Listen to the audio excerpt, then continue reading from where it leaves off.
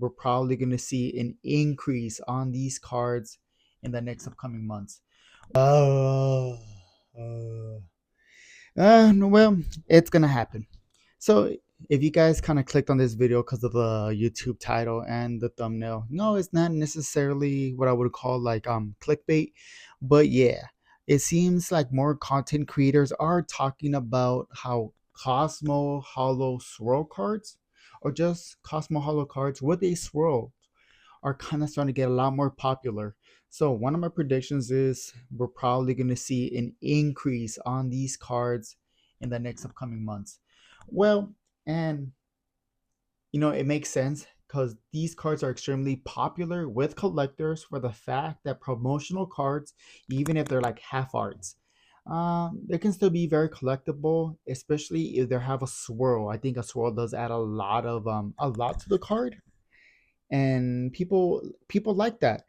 And to me, as someone who just decided, not just decided, but I decided like a minute ago that I wanted to grade and like make my collection, my personal collection, not my son's collection, my collection, like Cosmo Holo Swirl cards, it's just gonna make it a lot harder. Because honestly, I don't know if you guys know. I mean, I'm assuming you guys do, but if you don't, Cosmo Holo Swirl cards for the most part are only like promotional cards. They're gonna be promotional cards that you can get like in 1 pack blisters, like these, or three pack blisters.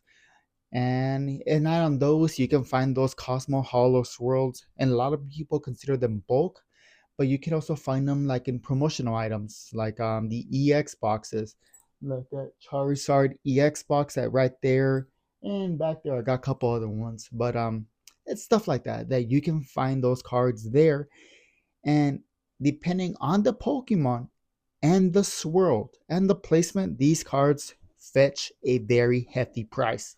They do.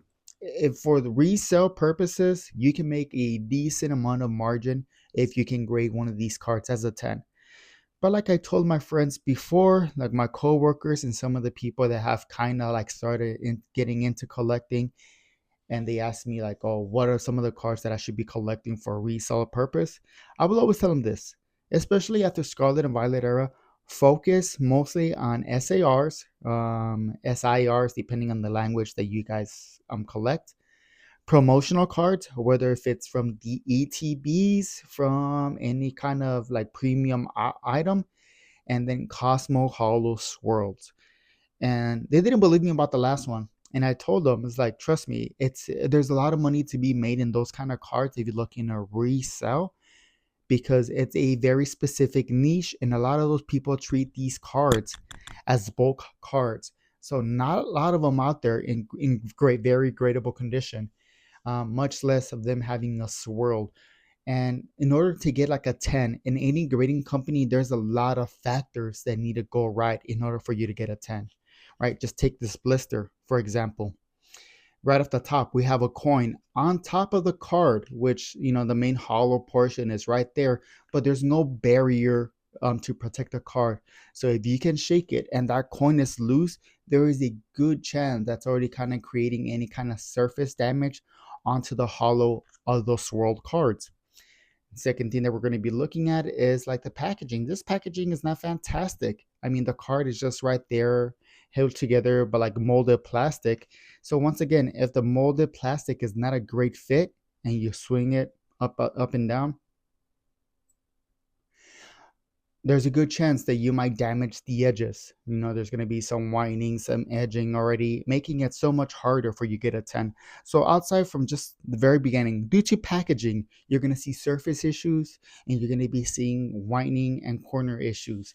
On top of that, so you're already looking for, on top of that, you're going to be looking for centering, which you can kind of see good centering on these cards just because the Cosmo Hollow, it makes it very easy to notice the borders. But the last thing that really makes these cards like really expensive and really collector niches are going to be the swirl. If you have a good swirl placement, there's going to be some cards where you can see a swirl fantastically. Like for example, take this belly bolt. Mm, my bad. So there's belly bolt from Temporal Forces. It was a promotional card for their blisters, and a card like this, Light colors, you'll be able to identify swirls on it pretty quick. Like if you see it, you can look at it and you will find them. But then there's gonna be cards depending on the color scheme that they go and what kind of Pokemon they are. That swirls are gonna be extremely hard. Like Sneasel, this one's one of the promotional Cosmo Holo Swirls, for Phantasmal Flame. It's gonna be very hard to identify a swirl just because of the background colors. They're very, very dark. Um, Weavile, not so hard. But then we're looking at another Temporal Forces card, and we got Carvana. Now, Carvana also uses kind of dark colors for the background, so identifying a swirl on a card like this is going to be extremely difficult. So, and even then, I'm sorry, but like how many people are going to grade a Carvana? Not that many. So if people are collecting like Cosmo Holo Swirls, they gotta be betting on the fact that a lot of people are grading these cards. They have a swirl and they come back out of 10.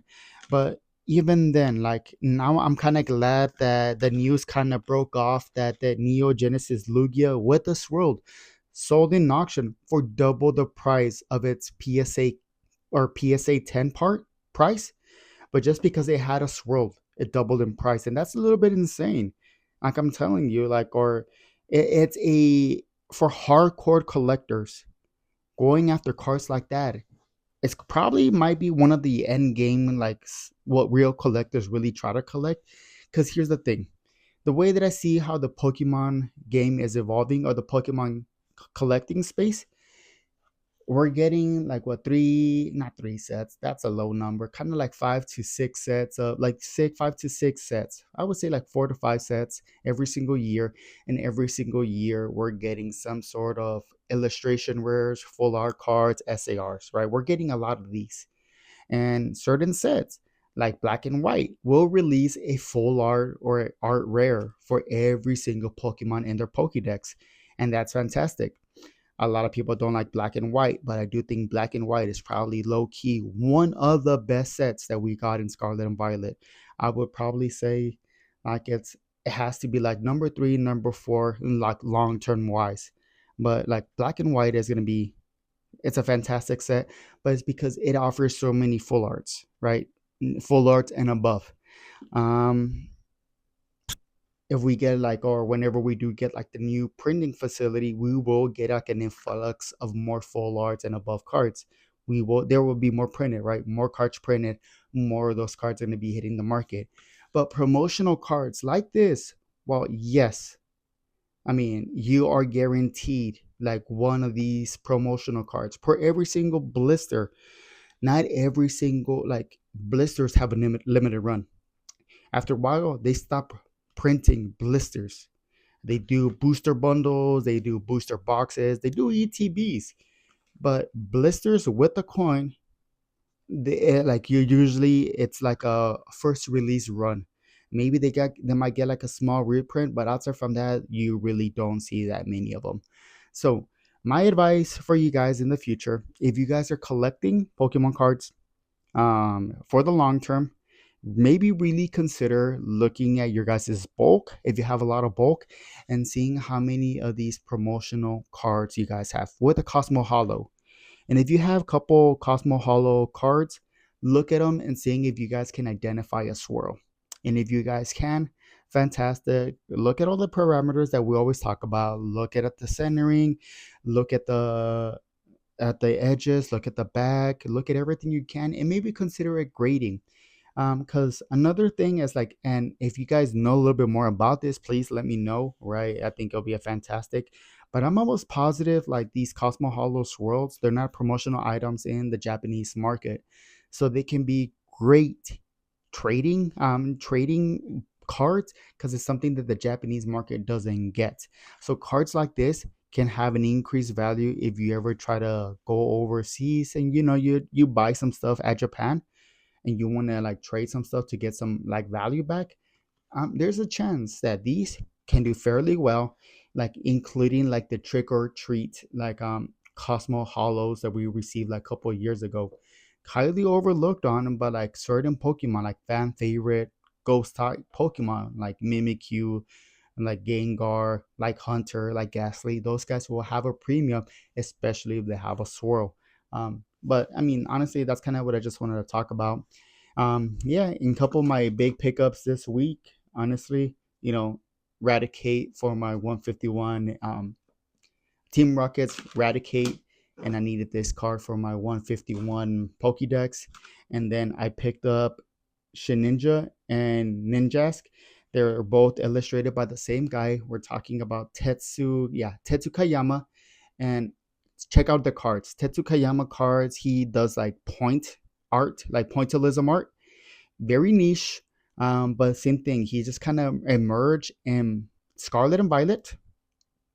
He emerged in Scarlet and Violet. So his, if you want to like focus on a certain artist, he does pretty good Pokemon. His art is fantastic, but like you'll be able to easily complete that one. But I mean, he's done. I mean, like if I'm not mistaken, Tetsukayama has done these. He's also done like the promotional card for Shroud Fable, the Noctowl. We're also talking about like what trio and another shiny Pokemon from like Paldean Fates.